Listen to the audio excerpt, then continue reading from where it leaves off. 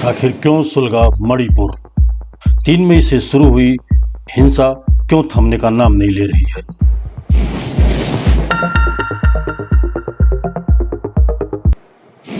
क्यों हुई देश को शर्मसार करने वाली यह घटना? आखिर यह सब केवल एक फेक न्यूज के कारण हुआ? अगर ऐसा है तो इसके लिए जिम्मेदार कौन है? हालात ये क्यों बने कि सुप्रीम कोर्ट को मामले का स्वतः संज्ञान लेना पड़ा?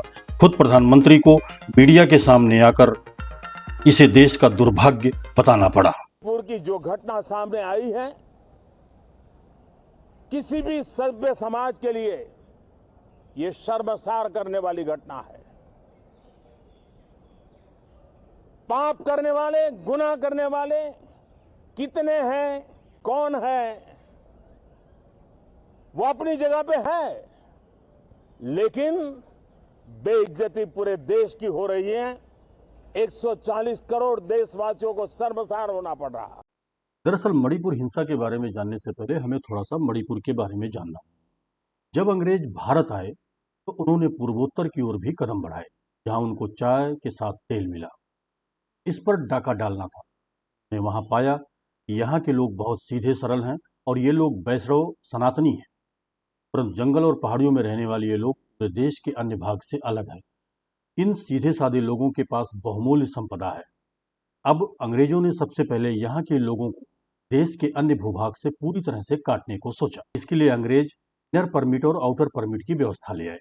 इसके अंतर्गत कोई भी इस इलाके में आने से पहले परमिट बनवाएगा, एक समय सीमा से आगे नहीं रह सकता है। परंतु इसके उलट अंग्रेजों ने अपने भवन बनवाए, अंग्रेजी अफसरों को रखा और चाय की पत्ती उगाने और उनको बेचने का काम भी शुरू करवा दिया। इसके साथ अंग्रेजों ने देखा कि बस इस इलाके में ईसाई नहीं, अतः उन्होंने ईसाई मिशनरी को उठा उठा कर यहाँ भेजना शुरू कर दिया। मिशनरियों ने इस इलाके के लोगों का आसानी से धर्म परिवर्तन कराना शुरू कर दिया। जब ईसाइयों की संख्या बढ़ गई, अंग्रेज इनको ईसाई राज्य बनाने का सपना दिखाने लगे। साथ ही उनका आशय था कि पूर्वोत्तर से चीन, भारत तथा पूर्वी एशिया पर नजर बनाकर रखेंगे। अंग्रेजों ने एक चाल और चली। उन्हें धर्म परिवर्तन करके ईसाई बने लोगों को एसटी का दर्जा दिया और उनको कई सुविधाएं दी। धर्म परिवर्तित करने वालों को कुकी जनजाति और वैष्णव लोगों को मैतेई समाज कहा जाने लगा। तब इतने अलग राज्य नहीं थे और बहुत सारे नगा लोग भी धर्म परिवर्तित करके ईसाई बन गए। धीरे धीरे ईसाई पंथ को मानने वालों की संख्या वैष्णव लोगों से अधिक या बराबर होगी।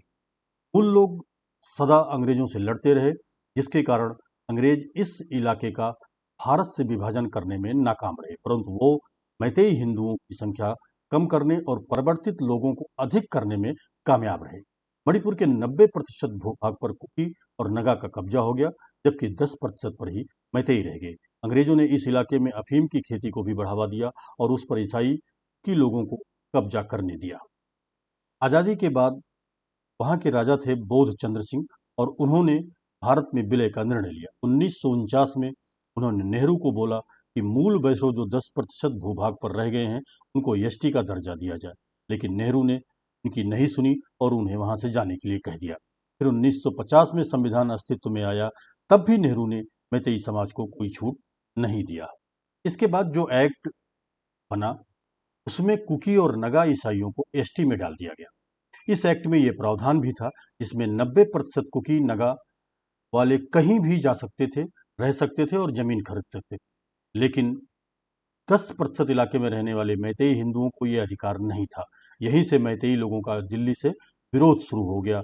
नेहरू ने इस पर फिर कोई कदम नहीं उठाया और धीरे धीरे यह विरोध आक्रोश में बढ़ता चला गया। 2014 के बाद मोदी सरकार ने एक्ट ईस्ट पॉलिसी के अंतर्गत पूर्वोत्तर पर ध्यान देना शुरू किया। एनएससीएन तथा भारत सरकार के बीच हुए नगा एकॉर्ड के बाद हिंसा में कमी आई। भारत की सेना पर आक्रमण बंद हुए।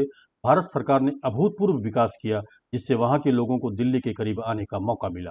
धीरे धीरे पूर्वोत्तर से हथियार आंदोलन समाप्त हुए। भारत के प्रति यहाँ के लोगों का दुराव कम हुआ। रणनीति के अंतर्गत उत्तर में भाजपा की सरकार आई। वहां से कांग्रेस और कम्युनिस्ट का लगभग समापन हो गया। इसके कारण इन पार्टियों का एक प्रमुख धन का जो स्रोत था अफीम, हथियारों की तस्करी, वो चला गया। इसके चलते इन लोगों के लिए किसी भी तरह पूर्वोत्तर में हिंसा और अशांति फैलाना जरूरी हो गया। यहाँ एक चीज और समझने वाली है कि जो घटना मई में हुई थी उसका वीडियो जुलाई में उस समय क्यों जारी किया गया? वो संसद सत्र शुरू ही होने वाला था। कहीं इसके पीछे कोई बहुत बड़ी साजिश तो नहीं है?